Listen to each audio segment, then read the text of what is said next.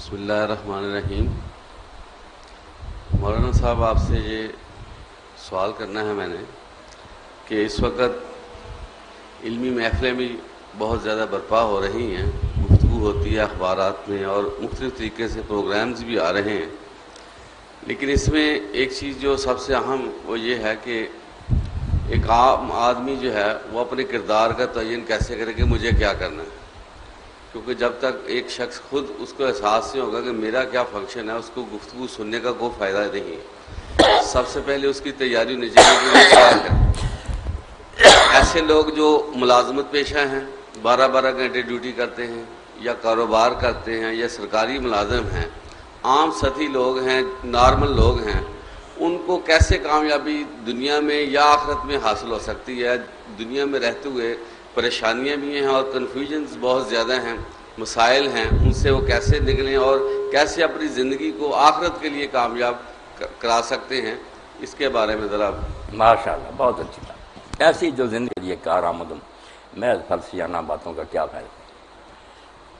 جو میرے بھائی نے یہ بات فرمائی نا اور بالکل توجہ دلائی کہ جو کچھ ہم پوچھتے ہیں یا سنتے سناتے ہیں اس سے مقصد یہ ہونا چاہیے کہ ان چیزوں پر عمل کرنا، اپنے میں تبدیلی لانی ہے، کچھ کرنا ہے، کچھ چیزیں چھوڑنی ہیں۔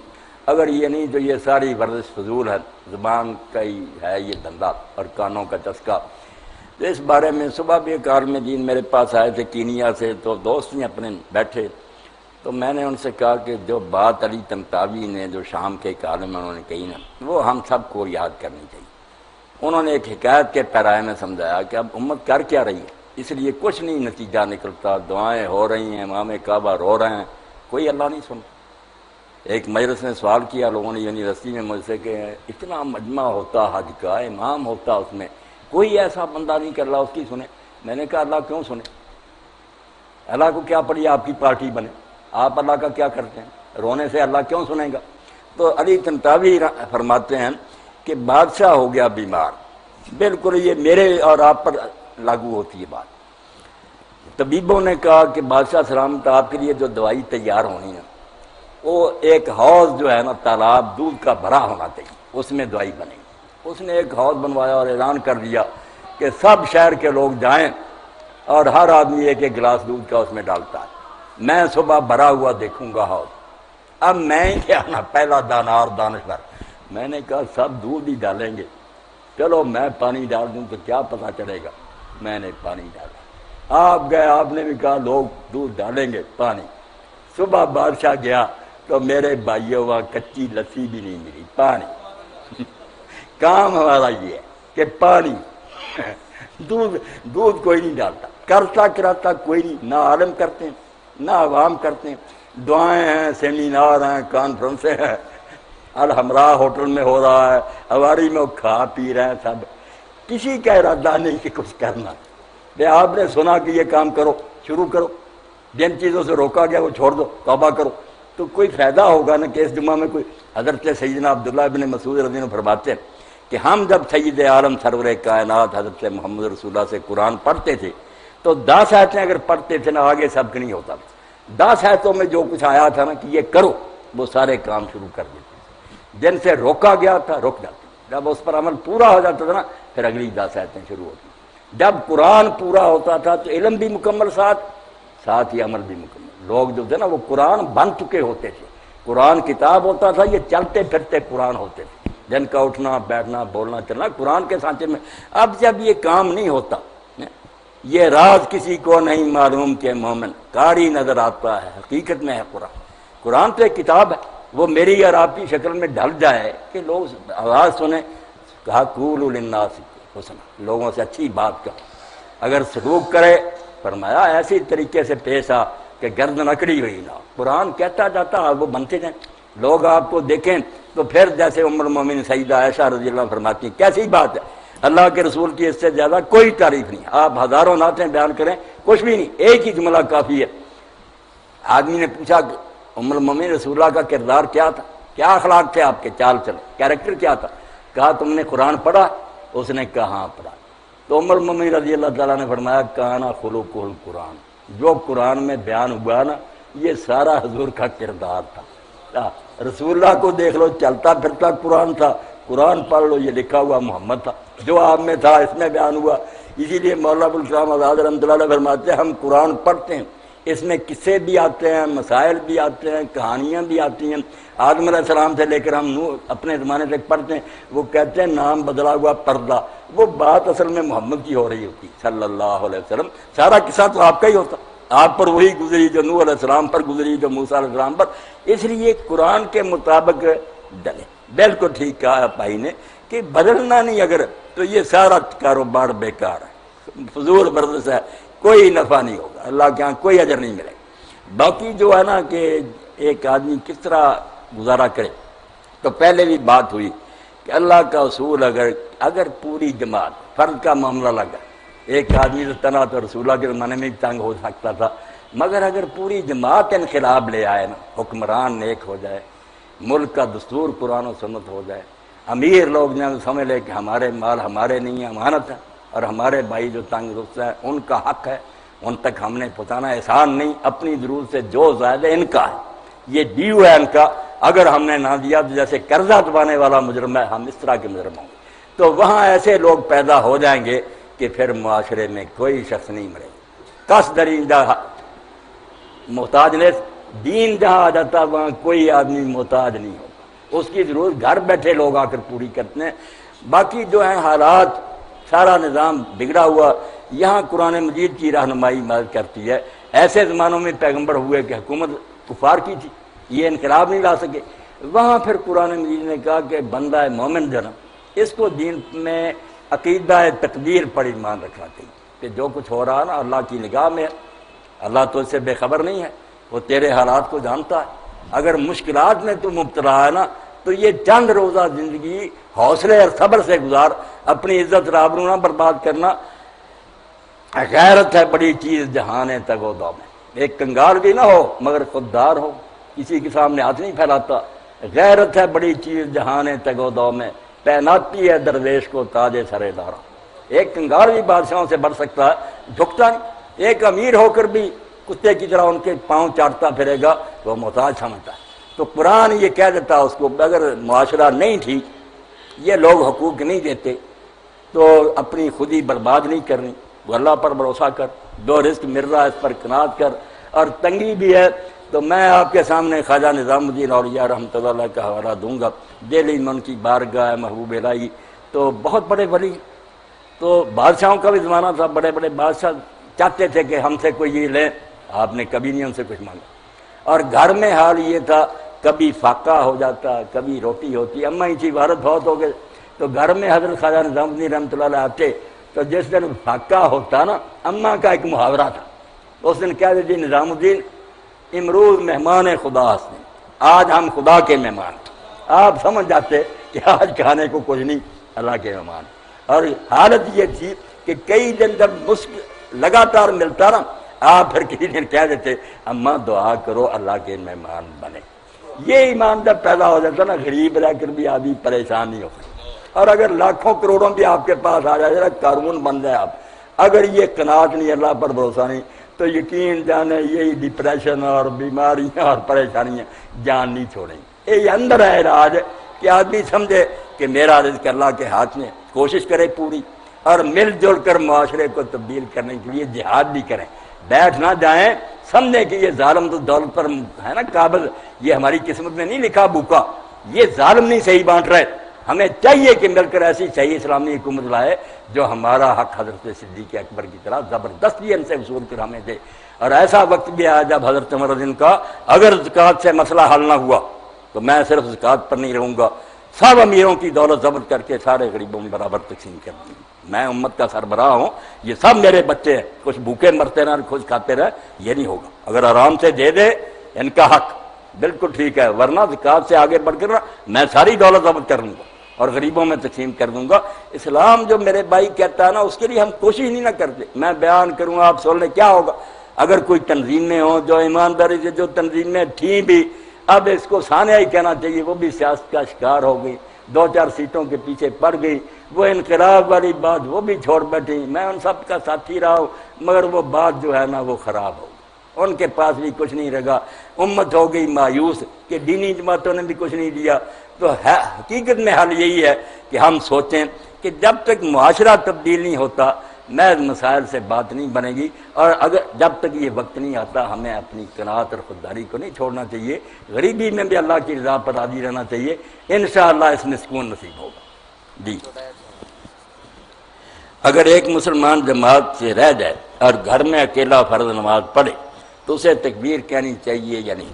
بہت عمدہ سوال ہے۔ یہ صرف جو جماعت سے رہ جائے اس کا نہیں ہے، میری بہنیں بھی سن رہی ہیں، آپ بھی سن لیں، اس مسئلے سے علم والے لوگ بھی غافل ہیں، حالانکہ سارے مسلکوں میں نماز کسی شخص کو بے شک وہ جماعت سے پڑھے یا اکیلا پڑھے، فرض نماز بغیر تکبیر کہے نہیں پڑھنی چاہیے، کوئی بغیر تکبیر کہے نماز نہ پڑھے۔ ایسے تابعین بھی ہیں جو فتویٰ دیتے تھے اگر آپ لوگوں نے اقامت نہیں کی اور نماز پڑھ لی نماز ہی نہیں ہوئی، دوبارہ پڑھیں۔ اقامت ضرور کہنی ہے، اور اذان بھی اگر کہہ رہے ہیں تو بہت اچھی بات، اونچی آواز سے کہنے کی ضرورت نہیں، اذان کے کلمے کہہ لیں، دعا کر لیں، بعد میں اقامت کہیں۔ اللہ کے رسول علیہ السلام نے فرمایا اللہ اس بکریاں چرانے والے پر خوش ہوتا ہے اور فرشتوں میں فخر کرتا ہے جو دور نکل گیا مدینہ شریف سے پہاڑوں میں، اور نماز کا وقت آیا تو اس نے نا پہاڑی پر اکیلے نے اذان کی، پھر اقامت کہہ کے نماز پڑھی، اللہ فرشتوں کی اتنی لمبی قطاریں اس کے پیچھے کھڑی کر دیتا ہے جو گنی نہیں جاتی، اور اگر وہ صرف اقامت کہے تو 2 فرشتوں کو پیچھے کھڑا کر۔ اب ام المومنین عائشہ ذکر دیں کا پڑھیں، وہ فرماتی ہے ہم عورتیں بھی اذان کہتی تھیں، ہم عورتیں بھی تکبیر کہہ کے نماز پڑھتی، مگر یہ سنت مٹ گئی۔ بڑے بڑے عالموں سے جب میں نے ذکر حیران ہوئے، میں نے کہا نکالو فقہ کی کتابیں، وہاں نہیں لکھا کہ ایک آدمی تنہا بھی نماز پڑھے تو اقامت کیا کر پڑھے۔ آپ بھی حیران ہوئے کہ گم ہو گیا یہ مسئلہ۔ تو ہر شخص جو ہے نا اگر جماعت ملے تو ایک کی تکبیر ہی سب کے لیے کافی ہے، اگر رہ گئے بدقسمتی سے آپ اقامت پوری کہیں، انشاءاللہ 2 فرشتے تو پیچھے کھڑے ہو جائیں گے۔ جی خوش رکھے اللہ پاک، برکت۔ بسم اللہ الرحمن الرحیم۔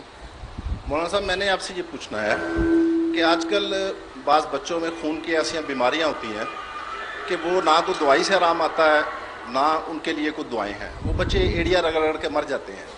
تو اللہ تعالیٰ نے جو انسانوں سے شفا کا وعدہ کیا ہے ان بچوں کے لیے خانہ کعبہ میں بھی دعا کی گئی، مسجد نبوی میں بھی دعا کی گئی۔ مثلا ایک بیماری ہے تھیلیسیمیا، اس میں بچوں کو ہر 10 دن بعد بلڈ لگتا ہے اور ان کی زندگی کا انحصار اسی پہ ہے۔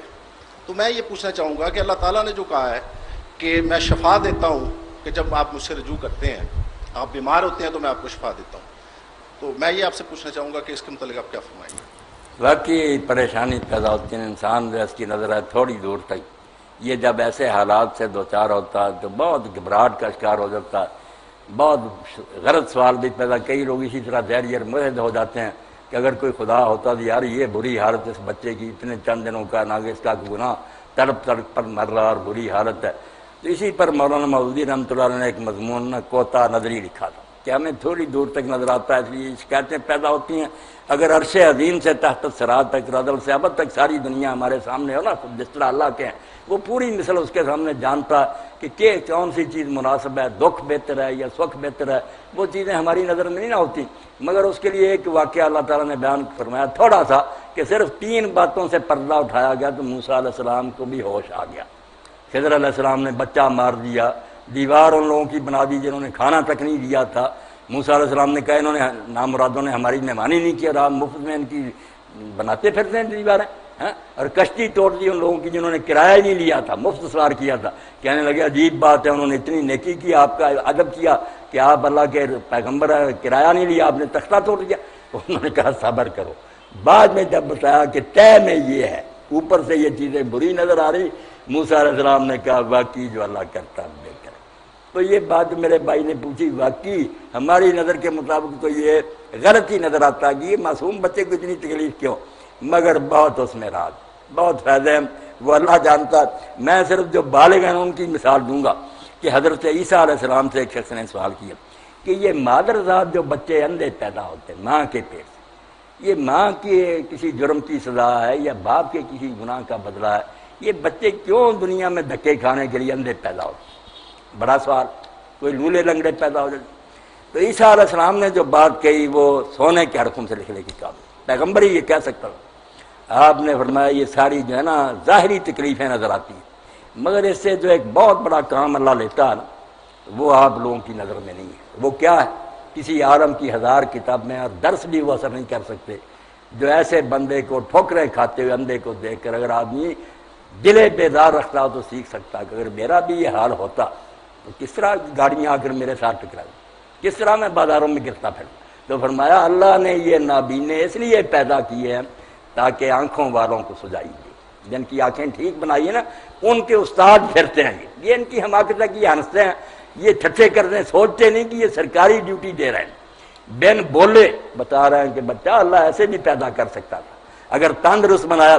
اللہ کے رسول علیہ السلام کا اسوہ آپ کے سامنے، جب کسی دکھیے کو دیکھا، کسی کا قد چھوٹا دیکھا تو حضور نے مذاق نہیں اڑایا، اسی وقت سجدے میں گر گر اللہ سے کہا الحمدللہ الذی عافانی مما ابتلاک، جس مصیبت میں اپنے اس بندے کو اللہ نے ڈالا ہے شکر ہے اللہ نے اسے مجھے محفوظ رکھا، وفضلنی علی کثیر ممن خلق تفضیلا، اور اپنی بہت سی مخلوق سے مجھے اچھا بنایا، ورنہ مجھے بھی اس طرح ٹھوکریں کھانے والا، اور اس کا پھر ان کو بدلہ دے گا۔ جو بچے مر جاتے ہیں ایسے ان کو کیسا انعام ملے گا، چھوٹی عمر میں تکلیف میں مریں گے ویسے۔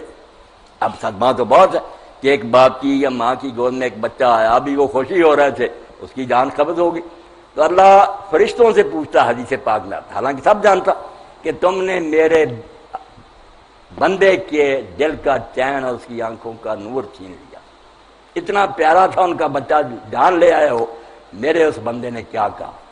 اللہ فرشتوں سے کہنا چاہتا ہے کہ جن پر تم نے کہا نا فساد کریں گے، ٹھیک ہے فساد والے ہی پیدا ہو جہنم میں جائیں گے، مگر ایسے بندوں کا ذکر کرو۔ کبھی جبریل اور میکائیل نے یہ امتحان دیا کہ بچے کی جان تم قبض کر آئے، اس کی آنکھوں کا نور چھین لائے، اس کے دل کا چین، کیا میرے بندے نے کہا؟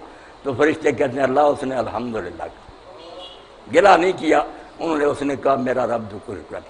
اللہ تعالیٰ فرماتا جنت میں ایک محل بنا دو اور اس کا نام بیت الحمد رکھ دو، میں اس کو الاٹ کروں گا۔ ایسی مصیبت کے وقت بھی دل میں گلا نہیں پیدا ہوا، اور تو نے کہا جو اللہ کرتا ٹھیک۔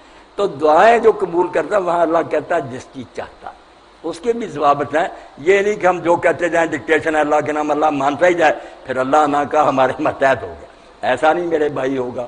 ہم دعا کریں گے ہمیں حکم ہی ہوگا کہ تم مانگتے جاؤ، معاملہ اللہ اس فائل پر لکھے گا، 3 کاموں میں سے ایک کام ہوگا ضرور، دعا رائے گا نہیں جائے گی، آپ کے منہ سے نکلی اس وقت ہے جب قبول ہونی، یہ پلے باندھے، اگر قبول نہ ہونا ہوتا اس کا زبان سے نہ نکلنے دیتا۔ کتنے حرامی پھر رہے ہیں دعا نہیں کرتے، فرمایا دروازے قبولیت کے کھلے ہیں تو تب دعا تیری زبان سے نکلی ہے، مگر وہ قبول کس طرح ہوگی یہ اللہ خود بہتر۔ 3 چکرے، یا تو وہی چیز دے گا جو تم مانگ رہے، جلد بازی نہ کرو، یہ نہ کہو بھی مانگتے جاؤ دروازہ کھٹکھٹاتے جاؤ کھل جائے گا، اور اگر وہ بات مناسب نہیں تم سمجھتے اچھی ہے بیٹا مل جائے، یہ نہیں جانتے کہ جوانی سے آگے جب گزریں گے ہم، یہ جوان ہوگا ہم بوڑھے تو یہی بچہ وہ برتاؤ کرے گا، ہم کہیں گے اس بچے کی بجائے تو اللہ پتھر دے دیتا۔ میں نے باپوں کو سنا تو فرمایا کہ رو گے پھر تم چھوڑو کون سی چیز، اس کی بجائے میں کوئی بہتر چیز دے دوں گا، یا کوئی مصیبت جو قسمت میں لکھی ہے وہ ٹال دوں گا۔ تم سمجھتے رہے قبول نہیں ہوئی، ہو گئی، اگر نہ ہوتی مصیبت آ رہی تھی، یہ دعا راستے میں کھڑی ہو گئی۔ اور تیسرا فرمایا اگر اس دنیا میں منظور نہیں، قربان جائیں اللہ کی رحمت کے اور اللہ کے رسول کے ارشادات کے، فرمایا بے فکر ہو جا، اللہ فائل میں رکھ لیتا ہے، قیامت کا دن آئے گا کہے گا دنیا میں قبول کرنی نہیں مناسب تھی، وہ پڑی ہے پینڈنگ، یہ جنت ہے، جو اس کی نعمت ہے اس دعا کے بدلے چاہتے لے لو۔ تو جن کی یہاں مانی گئی نا یہ سارے پچھتائیں گے کہ نہ وہاں مانی جاتی، یہاں کے لیے پڑی ہوتی تو آج مزے کرتے، وہ کیا تھی دنیا کی فانی۔ تو آپ بے فکر ہو جائیں، اللہ رحیم ہے، حکیم ہے، مہربان۔ ماں باپ کو بچے کی تکلیف سے اس طرح دکھ ہوتا، وہ تو رحم الرحیم، وہ کیوں نہیں محسوس کرتا، وہ تو سارے علم کا مالک، مگر اس مصیبت میں بھی کوئی بلا ہوتا، کبھی کڑوی دوائی بھی فائدہ دیتی ہے، کبھی میٹھا شربت دیتا۔ تو یہ بیماریاں مصیبتیں کڑوے گھونٹ ہیں شفا، مگر یہ پیتا کوئی نیک بندہ۔ اسی لیے نیک لوگوں نے کہا تم تو یار نعمتیں ڈھونڈتے ہو، ہم تو اللہ کی طرف سے مصیبتیں آتی ہیں تو استقبال کرتے ہیں کہ اللہ خوش ہوا تو پیاروں کی طرح چھیڑا نا، یار کا تیر یار کی طرف آیا، مگر یہ عارف مانتا جو اللہ کو پہچانتا، بیوقوف تو رونے لگتا، مصیبت بھی نہیں چلتی، گناہ اپنے پلے پالے۔ اگر وہ مانے سبحان اللہ جو تو کر رہا پاک، تو نہیں غلط کرتا، تو مصیبت چلے نہ چلے سکون ملے گا، اور اس کے عوض جو ہوگا کیسے ہیں امیر المومنین عمر ابن خطاب رضی اللہ تعالیٰ فرماتے ہیں یار میں صبح کے وقت اٹھوں نا بیمار ہوں یا تندرست مجھے کوئی کبھی پریشانی نہیں، بیماری بھی مجھے اتنی پیاری ہے جتنی تندرستی، کیونکہ میں نہیں جانتا کہ ان دونوں میں سے میرے لیے کون سی ہے بہتر، وہ زیادہ بہتر جانتا۔ اور ساتھ ہی کہتے تھے کہ ہر مصیبت میں مجھے 3 نعمتیں نظر آتی ہیں، پلے باندھو، ایک مصیبت کیا، ایک نعمت کیا؟ فرماتا میں حضرت عمر نے فرماتے میں ایسا کہتا ہوں کہ مصیبت دنیاوی ہے، مادی، دین میرا بچا ہوا ہے، ایک انعام تو یہ۔ دوسرا فرمایا میں دیکھتا ہوں کہ اس سے بڑی مصیبت بھی آ سکتی تھی، الحمدللہ چھوٹا ایکسیڈنٹ ہوا، اس سے بڑا ہو جاتا پھر کیا بگاڑ لیتا۔ اور تیسرا فرمایا جب ثواب دیکھتا ہوں نا انما یوفی الصابرون اجرهم بغیر حساب، مرتے دم تک بھی اگر دکھی رہوں گا چند روزہ بات ہے، جس کے بدلے میں اللہ ان گنت ثواب دے گا جو کسی کمپیوٹر میں، یہ ہے حضرت عمر رضی اللہ تعالیٰ۔ اس لیے اللہ کی ہر شے میں رحمت کو پہچانو، وہ ظلم نہیں کرتا، کیوں ظلم کرے گا؟ مگر ٹیکہ بھی کبھی لگانا پڑتا ہے، ڈاکٹروں کو آپریشن بھی کرنا پڑتا، وہ بہتری کے لیے کرتا۔ جی